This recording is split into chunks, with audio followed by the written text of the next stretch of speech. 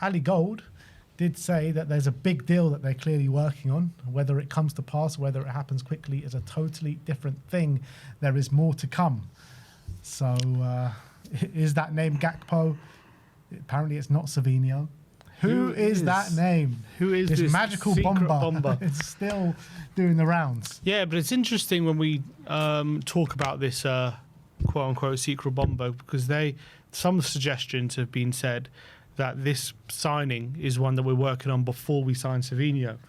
Yeah. So that would tell me it wouldn't be Gakpo, because I think Gakpo's only going to be sold if Liverpool are able to sign Barcola and maybe some other players. So that might take a while. So surely that Gakpo signing, if it does happen, isn't an imminent signing. So that, for me, it would suggest if it is someone else, apart from Savinho, it's not him. So then what other name? I mean, if there was someone imminent, would we not have heard of it by now? Would we not have heard a name? I mean, we're hearing a few names at the moment, but is there someone really that close? I don't know. It's hard interesting, to say. isn't it? Because it depends. Because like if you just look at Sandro Tonali, for instance, apparently Roberto De Zerbi was doing the legwork from the end of the season. Mm-hmm. We didn't hear of that till much later than that. So maybe there is something secret going on in the works and in the pipeline that nobody knows about. It's true. We did before we were linked with Tonali. We didn't hear any suggestions, and all of a sudden, I think was it Romano or Ornstein just dropped a bomber saying Spurs in for Tonali, but it did take a few weeks after that, obviously, to get the deal done. So we're still at a point where we haven't really heard a definitive name. If this signing, quote unquote, is imminent, you would have thought. Maybe look, we have kept deals under wraps before. Odebear, I remember, we literally heard nothing, and then he literally on the day that he signed and it was announced, we heard nothing up until that very day. So it is possible to keep cards very close to your chest, but I just wonder who it could be at this point. It's very perplexing. Is it a massive signing? Is it someone that's going to blow our minds, or is it someone who maybe is a good player who the club are happy with, but maybe is not the big name that the fans are hoping for?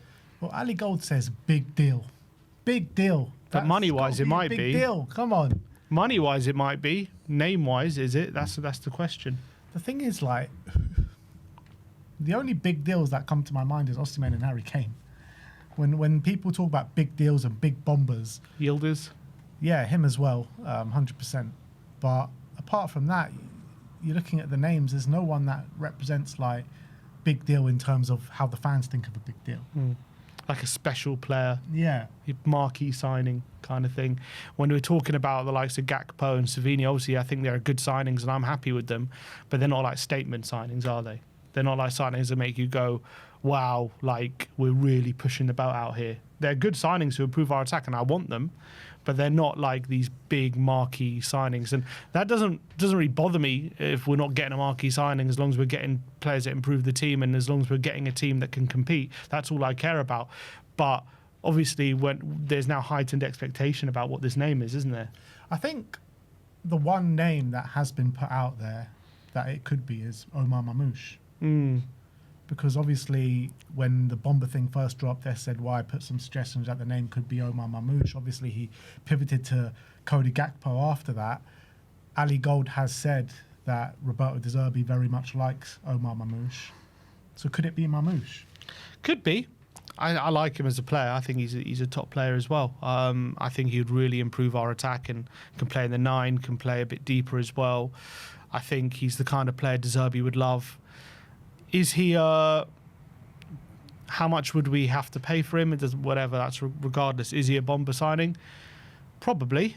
I mean, I think he'd get everyone very excited, wouldn't he? More than Gakpo, because Gakpo, I guess, is unwanted at Liverpool and, you know, a lot of Liverpool fans are frustrated with him and a lot of Spurs fans think, oh, he's just average, whereas Mamouche has a different kind of reputation about him. He's still got a reputation of being a top player, despite the fact that last season it didn't work out great for him at Man City. So I would be delighted with him personally. I think that's a massive upgrade, and I think he's a player who could potentially, you know, be getting close to 20 goals for us in the forward line. Is he a guaranteed world-class forward who you bring in and you think this guy is going to be, you know, one of the top attackers in the Premier League? I don't know if he's at quite that level, but he's still a very good signing. Yeah, I would love Omar Mamouche through the door. I think De Zerbi would get the best out of him. Another one who it could be, there's been kind of no sort of real suggestions about it, but Pedro Neto of Chelsea can play right, can play left. Obviously, we had so many discussions about him when he signed for Chelsea because we were linked with him at the time. I think at Wolves he was sensational, but I think he's never really pulled up those goal contributions that we're looking for. That's the reality. Yeah, he's similar to Savinho in a sense that he's very good at what he's good at, which is dribbling, creating chances, committing players, but he's not a guy who's going to get you, 10, 15 goals. It's just not his game. So if you're expecting him to come in and add a lot more goal output, then you're going to be disappointed. But if you're asking him to come in and provide for the striker and up the quality in the forward line, he does exactly that. I would say again, he's a very similar profile to Savinho. So I feel like I don't know. Would we get Savinho and Neto? I feel like they're very similar profile. It looks like to me we want to go for like a Savinho and then maybe someone who's more of a goal getter on the wing. That's kind of what I'm getting in terms of that implication. So that would tell me it's kind of Savinho or Neto, but I wouldn't say no to Savinho and Neto. People in the comments, or someone just said in the comments, Ferran Torres. Yeah, he just scored the winner in a World Cup final. He's a goal scorer. He had a massive season for Barcelona just now. But I mean, before this season, would you have even said like he's a goal scorer? Everyone was very frustrated watching Ferran Torres play. He's always been a player. That's I think his best strength is getting in those positions and scoring. I think that's where he excels. But he's a frustrating player to watch. He's a frustrating player to watch. He can be wasteful. He was very hit and miss when he wasn't Man City in the Premier League. I don't think he was all bad. I thought he was a decent player, he looked like, but he didn't last too long. I think he was only there for 18 months, and then it obviously made that move to Barcelona in the end, and he's had a kind of mixed period at Barcelona. So I don't think he would classify as a bomber necessarily, but again, it ups the quality of the forward line. Yeah, majorly. Harry Kane, man, that contract hasn't been signed yet. That contract has not been signed. Like, don't do it to yourself. I'm always going to do it to myself. Don't do it to yourself. I'm always going to do it. But the thing is with Harry Kane, right, I know he won't want to take a year out of the Champions League, particularly of someone of his age, and it's fanciful thinking that he would do that to come back to Spurs. But could they be selling him? Look at the ambition that we're showing right now. The defence is sorted, the midfield is sorted. All we need is a profile like you. All we need is a star like you, and then we're fighting for league titles. The only way it happens is if Harry Kane is desperate to come back to the Premier League right now, and he doesn't want to spend any more time in Germany.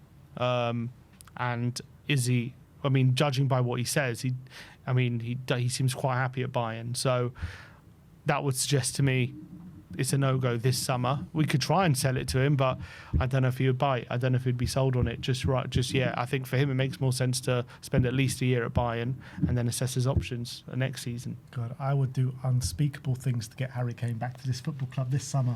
Could you imagine? Yeah, that would be. That'd be too much. The legendary status he has already at this football club, right?